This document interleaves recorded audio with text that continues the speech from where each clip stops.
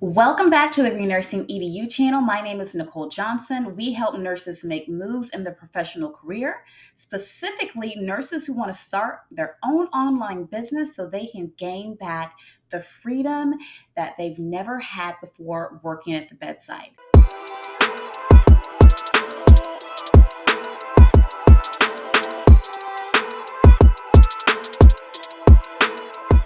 So today's topic is something that I've been asked a lot about, and that's creating courses. As a nurse, you can actually create a course using your nursing knowledge while you're still working at the bedside, build up that income, and then eventually quit so you can manage your business full time. So today we're going to go through the steps that I've laid out to actually start your course, and let's go ahead and get into it. So you're probably thinking that you have no earthly idea how to teach somebody else anything, and let alone actually put together a course. I want to tell you that could be further from the truth. So, when I first started and made my first course, I thought it was super difficult. I had trouble with the slides. I didn't know what to teach. I didn't know how to lay anything out. But I tell you, it got easier and easier the more I did it. And I did not have a YouTube video walking me through the system. So I'm going to walk you through everything you need to know from scratch to finish so that way you can start generating income from your course. Okay, so first things first, we need to make sure you have a course topic that is going to be profitable. Profitable course topics actually fall into the realm of how they're going to help somebody.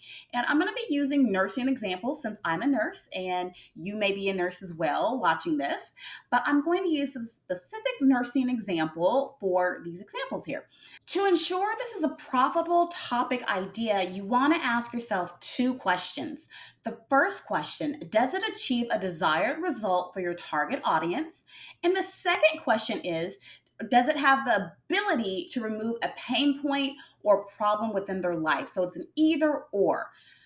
As an example, if you are a diabetic nurse by daytime on your regular job and you want to create a course to help diabetic patients control their diabetes, you can most definitely use that in the realm of that it is a pain point. These patients have diabetes, they want to learn how to manage their diabetes and potentially get off their medication. You can also flip this around and help other nurses become diabetic educators. So your course can actually go for the patients themselves, or they can go for other nurses who actually want to be a diabetic educator. So that can go either way, but just make sure that your course topic is profitable and something that either takes away a pain point or a problem for someone or gives them a specific desired result. So now that you have your course topic, let's move into actually outlining it. This is the first of 5 steps of creating your own course, so that way you can be financially free. Okay, so step number 1, like I said, you need to go ahead and outline everything. This is just like how we were in elementary school and we had to outline things in English class before we wrote our report and everything else. So you're going to outline your modules and your lessons. Your modules are going to be your overarching theme. Okay, so going back to the diabetic educator, if we are teaching patients how to manage their diabetes through diet, that module would be titled Managing Your Diabetes Through Diet. Okay, that's an example. And then the lesson under it would be, okay, so we're going to manage our diabetes through the keto diet or the Mediterranean diet or whatever. So you can list out these different diets and they will be actual lessons. Next, you're going to give your course a working title. I'm not saying this title is going to be set in stone and this is the title that you have to use after you create your course and launch it, but this is just a working title. Make it something that's easily memorable, not too long, and it's something that your audience will actually understand. Doesn't need to be cutesy or anything. That will throw people off as well. So just get straight to the point. That way your audience knows exactly what it is and exactly what they'll learn from this course, so they'll be enticed to purchase it. So step 2 is actually going into the creating your lessons and modules. After you've outlined everything, we need to figure out what format your course is going to be in. Courses can be in many different formats. They can be in the form of audio only. They can be slides and voiceover.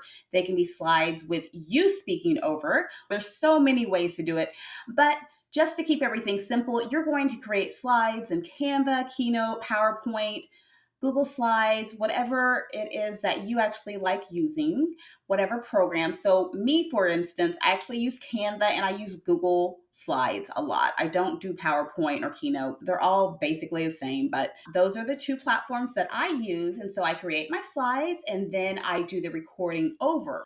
One thing to keep in mind when you're recording your slides, or if you're just going to do just straight video, if you're recording, try to keep each lesson less than 20 minutes long. The reason being is that here in 2022, people have very short attention spans now, and no one's really going to want to sit through an hour and a half lecture, hour and a half lesson, knowing that they have 5 more modules to go through. So try to keep it short and sweet and to the point as much as possible. Another thing I want to mention in that there is no quick and hard guideline on how many modules or how many lessons you have within your course. I do want to say, going back on that prior note, is that you don't want to have this long, drawn out course that people get distracted from and they don't like it because it's simply too long and there's just too much information crammed into everything. So it goes along to the same point of keeping your slides about 20 minutes or less for your video lessons, but just make sure you're giving people enough information to get from point A to point Z, so that way they'll be able to see a result after they've completed your course. Okay, step 3 is to actually upload your lessons and files into the platform of choice. So this can be anything from Thinkific to Podia to Coursera. There's so many different options, so many different choices. But the platform that I actually use and actually love is MemberVault. So I use MemberVault for all my courses. I use it for my membership.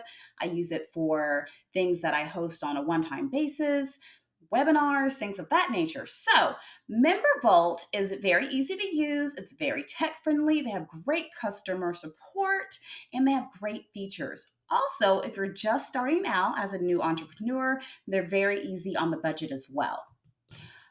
All right, so we're on step 4 now. This isn't so bad, is it? So on step 4 is this is where you're actually going to set up your sales funnel. Starting out with a brand new course, no experience, you want to getting up and everything, the easiest thing for you to do is actually just create a sales page instead of a whole funnel. The whole funnel should come later on when you're ready to start scaling your course and your business to start making more money. So a sales funnel is eventually needed, but just to get the course up and running, you need a sales page first.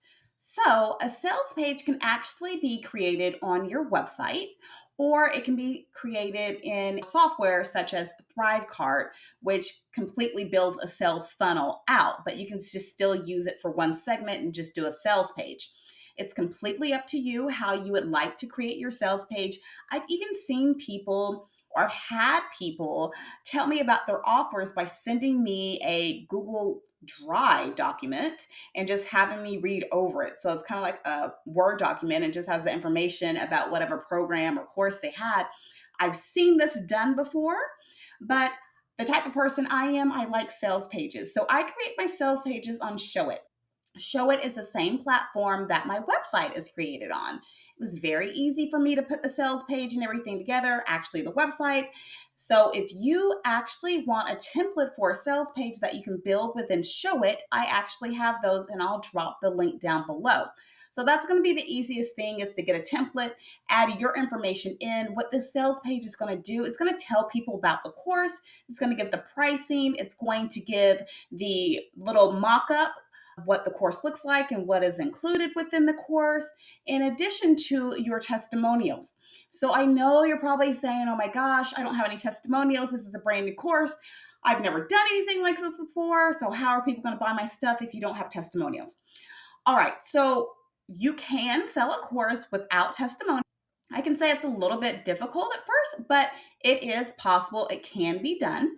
Another option is to actually offer your course up for beta, meaning that you're offering an early version of your course either for free, which I don't necessarily recommend, or at a very steep discount.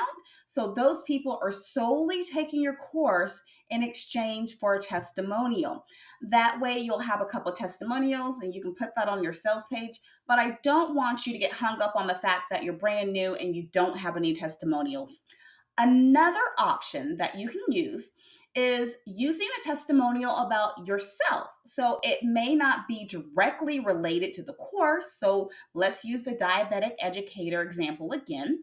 You're doing a course on diabetic education, but you don't have any testimonials. The way to get around this is if you are a diabetic educator and you got awards at the hospital, or someone has written you up in the newsletter or whatever else, use that, because that is telling people, that will tell people who are looking at your sales page that you know what you're doing. You have expertise in diabetic educating and things of that nature. So it does not have to be, oh, it's because this person took this course and they had this great result. You can say, this is me. I am a diabetic educator, and just use that little write up, or if your boss has written something about you being a great diabetic educator or whatever, use that. And you don't have to use names if you're afraid of your employer finding out. You can most definitely use a name and initial, or you can just use initials, but just make sure that the testimonial is genuine. Okay, another aspect of setting up your sales page includes creating your course mockup graphics. I know this sounds complicated, but you can do this really easily in Canva. So this is basically displaying what your course is and your course name, and if you're including any extra PDFs and everything else like that, just to make it visually appealing.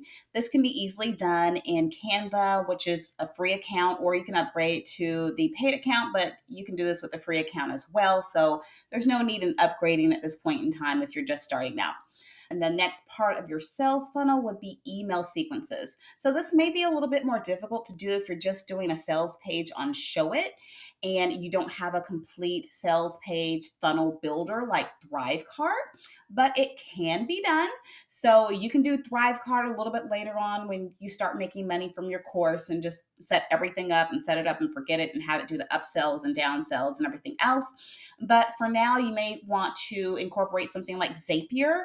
That would trigger if you get a payment from your sales page, and have it trigger to an email sequence and send off this email sequence. So long story short, email sequences are great, especially after someone purchases a course, because it makes them feel like they didn't just purchase something and it was just, okay, I just wanted your money and you're done. So it gives them a little bit of information, as far as you can say, hey, welcome to the course. You obviously need to give them the login details of how to actually get into the course, and give them a little support along the way as far as how to get through the course, maybe some helpful tips and everything else.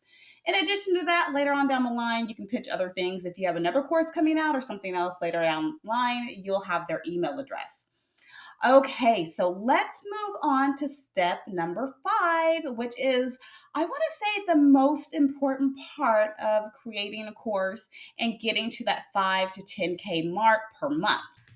Okay, step number 5 is to start advertising, and go hard with your advertising. So you're going to have to figure out what kind of advertising you want to do for your specific course, whether or not you're going to just be posting on social media, doing it generically like that, just going into different groups and dropping your link. I don't suggest that. You can only get so far that way.